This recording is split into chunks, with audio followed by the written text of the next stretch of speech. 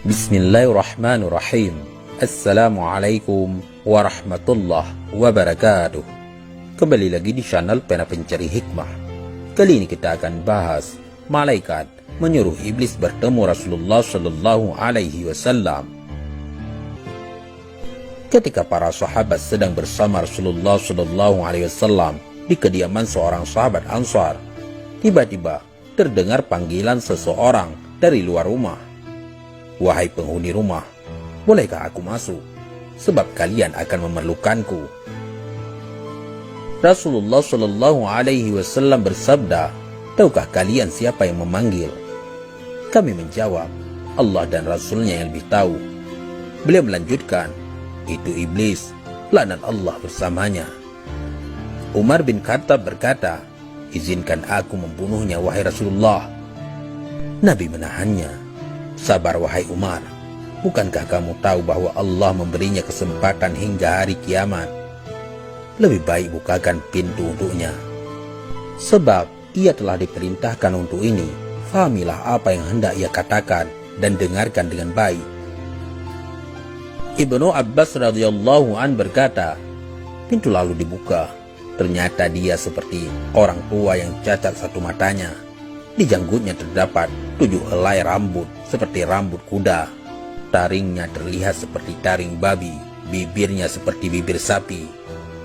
Iblis berkata, "Salam untukmu Muhammad, salam untukmu para hadirin." Rasulullah Shallallahu Alaihi Wasallam menjawab, "Salam hanya milik Allah Subhanahu Wa Taala.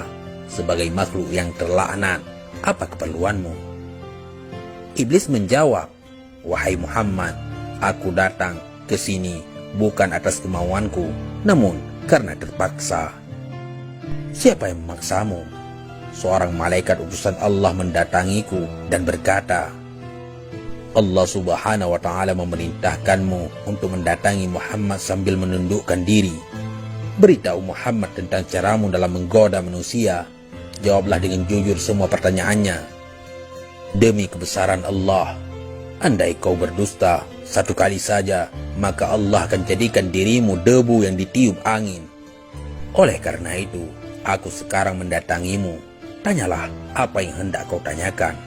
Jika aku berdusta, aku akan dicaci oleh setiap musuhku. Tidak ada sesuatu apapun yang paling besar menimpaku daripada cacian musuh." Rasulullah Shallallahu Alaihi Wasallam lalu bertanya kepada iblis, "Kalau kau benar jujur, siapakah manusia yang paling kau benci?" Iblis segera menjawab, Kamu dan orang sepertimu adalah makhluk Allah yang paling aku benci." "Siapa selanjutnya?" "Pemuda yang bertakwa yang memberikan dirinya mengabdi kepada Allah Subhanahu wa Ta'ala." "Lalu siapa lagi?" "Orang alim dan wara'ah." "Lalu siapa lagi?" "Orang yang selalu bersuci." "Siapa lagi?" "Seorang fakir yang sabar dan tak pernah mengeluhkan kesulitannya kepada orang lain." "Apa tanda kesabarannya?" "Wahai Muhammad, jika ia tidak mengeluhkan kesulitannya kepada orang lain selama 3 hari, Allah akan memberi pahala orang-orang yang sabar." "Selanjutnya apa?" "Orang kaya yang bersyukur." "Apa tanda kesyukurannya?" "Ia mengambil kekayaannya dari tempatnya dan mengeluarkannya juga dari tempatnya." "Orang seperti apa Abu Bakar menurutmu?" "Ia tidak pernah menurutiku di masa jahiliyah, apalagi dalam Islam." Umar bin Khattab, "Demi Allah, setiap berjumpa dengannya aku pasti kabur." Utsman bin Affan, "Aku malu kepada orang yang malaikat pun malu kepadanya." Ali bin Abi Thalib, "Aku berharap darinya agar kepalaku selamat dan berharap ia melepaskanku dan aku melepaskannya. Tetapi ia tak akan mau melakukan itu." Ali bin Abi Thalib selalu berzikir terhadap Allah Subhanahu wa Ta'ala. "Apa yang kau rasakan jika melihat seseorang dari umatku yang hendak sholat?" "Aku merasa panas, dingin, dan gemetar." "Kenapa?" "Sebab setiap seorang hamba bersujud 1 kali kepada Allah, Allah mengangkatnya 1 derajat. Jika seorang umatku berpuasa, tubuhku terasa terikat hingga ia berbuka. Jika ia berhaji, aku seperti orang gila. Jika ia membaca Al-Quran, aku merasa meleleh laksana timah di atas api. Jika ia bersedekah, itu sama saja orang tersebut membelah tubuhku dengan gergaji. Mengapa jadi begitu? Sebab dalam sedekah ada 4 keuntungan baginya, yaitu keberkahan dalam hartanya, hidupnya disukai. Sedekah itu kelak akan menjadi hijab antara dirinya dengan api neraka, dan segala macam musibah akan terhalau darinya. Apa yang dapat mematahkan pinggangmu? Suara kuda perang di jalan Allah. Apa yang dapat melelehkan tubuhmu? Taubat orang yang bertaubat. Apa yang dapat membakar hatimu? Istighfar di waktu siang dan malam. Apa yang dapat mencoreng wajahmu? Sedekah yang diam-diam. Apa yang dapat menusuk matamu? Salat fajar. Apa yang dapat memukul kepalamu? Salat berjamaah. Apa yang paling mengganggumu? Majelis para ulama. Bagaimana cara makanmu? Dengan tangan kiri dan jariku. Di manakah kau menaungi anak-anakmu di musim panas? Di bawah kuku manusia. Nabi lalu bertanya, siapa temanmu wahai iblis? Pemakan riba. Siapa sahabatmu? Penzina. Siapa teman tidurmu? Pemabuk. Siapa tetamumu? Pencuri. Siapa utusanmu? Tukang sihir. Apa yang membuatmu gembira? Bersumpah dengan cerai. Siapa kekasihmu? Orang yang meninggalkan sholat Jumat. Siapa manusia yang paling membahagiakanmu? Orang yang meninggalkan sholatnya dengan sengaja. Sahabat pena pencari hikmah. Iblis tidak berdaya di hadapan orang yang ikhlas. Rasulullah SAW lalu bersabda, segala puji bagi Allah yang telah membahagiakan umatku dan menyengsarakanmu.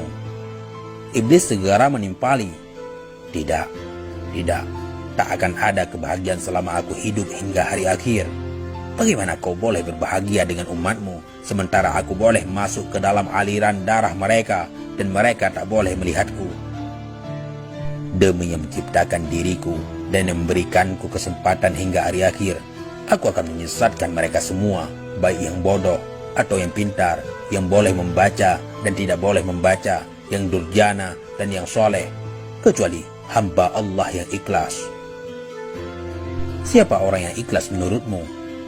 Tidakkah kau tahu, wahai Muhammad, bahwa barang siapa yang menyukai emas dan perak, ia bukan orang yang ikhlas. Jika kau lihat seseorang yang tidak menyukai dinar dan dirham, tidak suka pujian dan sanjungan, aku boleh pastikan bahwa ia orang yang ikhlas, maka aku meninggalkannya. Selama seorang hamba masih menyukai harta dan sanjungan dan hatinya selalu terikat dengan kesenangan dunia, ia sangat patuh padaku. Tahukah kamu Muhammad bahwa aku mempunyai 70.000 anak, dan setiap anak memiliki 70.000 syaitan? Sebahagian ada yang aku tugaskan untuk mengganggu ulama, sebahagian untuk mengganggu anak-anak muda, sebahagian untuk mengganggu orang-orang tua, sebahagian untuk mengganggu wanita-wanita tua, sebahagian anak-anakku juga aku tugaskan kepada para zahid. Aku punya anak yang suka mengencingi telinga manusia sehingga ia tidur pada salat berjamaah. Tanpanya manusia tidak akan mengantuk pada waktu salat berjamaah. Aku punya anak yang suka menaburkan sesuatu di mata orang yang sedang mendengarkan ceramah ulama hingga mereka tertidur dan pahalanya terhapus. Aku punya anak yang senang berada di lidah manusia. Jika seseorang melakukan kebajikan lalu ia kabarkan kepada manusia, maka 99% pahalanya akan terhapus. Pada setiap seorang wanita yang berjalan, anakku dan syaitan duduk di pinggul dan pahanya, lalu menghiasinya agar setiap orang memandanginya. Syaitan juga berkata, keluarkan tanganmu. Lalu ia mengeluarkan tangannya, lalu syaitan pun menghiasi kukunya. Mereka anak-anakku selalu menyusup dan berubah dari satu tempat ke tempat lainnya, dari satu pintu ke pintu yang lainnya, untuk menggoda manusia hingga mereka terhempas dari keikhlasan mereka. Akhirnya mereka menyembah Allah tanpa ikhlas, namun mereka tidak merasa. Tahukah kamu Muhammad bahwa ada rahib yang telah beribadat kepada Allah selama 70 tahun. Setiap orang sakit yang didoakan olehnya sembuh seketika. Aku terus menggodanya hingga ia berzina, membunuh, dan kufur. Tahukah kau Muhammad, dusta berasal dari diriku. Akulah makhluk yang pertama berdusta. Pendusta adalah sahabatku. Barang siapa bersumpah dengan berdusta, ia kekasihku. Tahukah kau Muhammad, aku bersumpah kepada Adam dan Hawa dengan nama Allah bahwa aku benar-benar menasihatinya. Sumpah dusta adalah kegemaranku. Ghibah dan namimah atau adu domba adalah kesenanganku. Kesaksian palsu kegembiraanku. Orang yang bersumpah untuk menceraikan istrinya, ia berada di pinggir dosa, walau hanya sekali dan walaupun ia benar. Sebab barang siapa yang membiasakan dengan kata-kata cerai, istrinya menjadi haram baginya. Kemudian ia akan beranak cucu hingga hari kiamat. Jadi semua anak-anak zina, dan ia masuk neraka hanya karena satu kalimat, yaitu cerai. Wahai Muhammad, umatmu ada yang suka lalai semasa sholat. Setiap ia hendak berdiri untuk sholat, aku bisikkan padanya waktu masih lama. Kamu masih sibuk. Lalu ia menundanya hingga ia melaksanakan sholat di luar waktu. Maka sholat itu dipukulkannya ke mukanya. Jika ia berhasil mengalahkanku, aku biarkan ia sholat. Namun aku bisikkan ke telinganya, lihat kiri dan kananmu. Dia pun menoleh. Pada masa itu aku usap dengan tanganku dan kucium keningnya serta aku katakan, sholatmu tidak sah. Bukankah kamu tahu Muhammad, orang yang banyak menoleh dalam sholatnya akan dipukul? Jika ia sholat sendirian, aku suruh ia bergegas. Ia pun sholat seperti ayam yang mematuk beras. Jika ia berhasil mengalahkanku dan ia sholat berjamaah, aku ikat lehernya dengan tali hingga ia mengangkat kepalanya sebelum imam atau meletakkannya sebelum imam.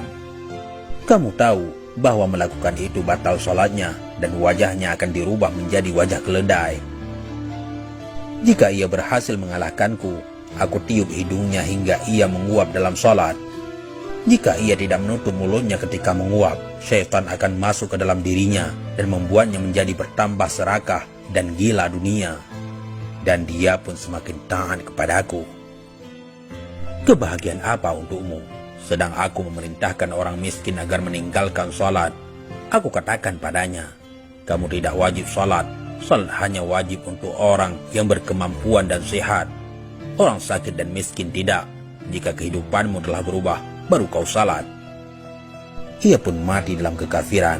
Jika ia mati sambil meninggalkan salat, maka Allah akan menemuinya dalam kemurkaan. Wahai Muhammad, jika aku berdusta, Allah akan menjadikanku debu. Wahai Muhammad, apakah kau akan bergembira dengan umatmu, padahal aku mengeluarkan 1/6 mereka dari Islam? Berapa yang kau pinta dari Tuhanmu? 10 macam. Apa saja? Aku minta agar Allah membiarkanku berbagi dalam harta dan anak manusia. Allah mengizinkan. Allah berfirman, berbagilah dengan manusia dalam harta dan anak, dan janjikanlah mereka, tidaklah janji syaitan kecuali tipuan. Harta yang tidak dizakatkan, aku makan darinya. Aku juga makan dari makanan haram dan yang dicampur dengan riba. Aku juga makan dari makanan yang tidak dibacakan nama Allah. Aku minta agar Allah membiarkanku ikut bersama dengan orang yang berhubungan dengan istrinya tanpa berlindung dengan Allah. Maka syaitan ikut bersamanya, dan anak yang dilahirkan akan sangat patuh kepada syaitan. Aku minta agar boleh ikut bersama dengan orang yang menaiki kendaraan bukan untuk tujuan yang halal. Aku minta agar Allah menjadikan bilik mandi sebagai rumahku. Aku minta agar Allah menjadikan pasar sebagai masjidku. Aku minta agar Allah menjadikan syair sebagai Qur'anku.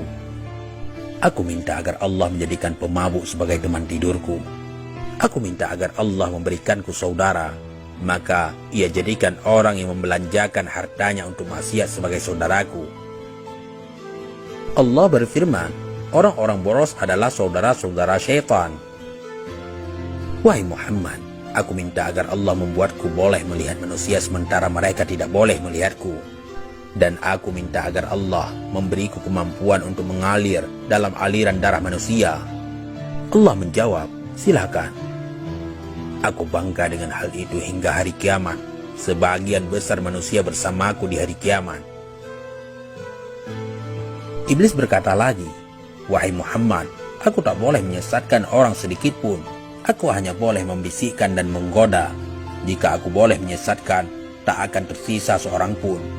Sebagaimana dirimu, kamu tidak boleh memberi hidayah sedikit pun. Engkau hanya rasul yang menyampaikan amanah. Jika kau boleh memberi hidayah, tak akan ada seorang kafir pun di muka bumi ini. Kau hanya boleh menjadi penyebab untuk orang yang telah ditentukan sengsara. Orang yang bahagia adalah orang yang telah ditulis bahagia sejak di perut ibunya. Dan orang yang sengsara adalah orang yang telah ditulis sengsara semenjak dalam kandungan ibunya." Rasulullah Shallallahu Alaihi Wasallam lalu membaca ayat, "Mereka akan terus berselisih kecuali orang yang dirahmati oleh Allah Subhanahu Wa Taala." Kemudian Rasulullah juga membaca, "Sesungguhnya ketentuan Allah pasti berlaku." Iblis lalu berkata, "Wahai Rasul Allah, takdir telah ditentukan dan pena takdir telah kering. Maksudnya Allah yang menjadikanmu pemimpin para nabi dan rasul, pemimpin penduduk surga, dan yang telah menjadikan aku pemimpin makhluk-makhluk celaka dan pemimpin penduduk neraka. Aku si celaka yang terusir. Ini akhir yang ingin aku sampaikan kepadamu, dan aku tak berbohong." Na'udzubillah. Jangan sampai kita menjadi orang yang tersesat dan juga menjadi teman syaitan. Neraka itu panas. Panasnya melebihi panasnya di dunia, bahkan beribu-ribu kali lipat. Wallahu a'lam bissawab. Mudah-mudahan ini semua bermanfaat. Assalamualaikum warahmatullahi wabarakatuh.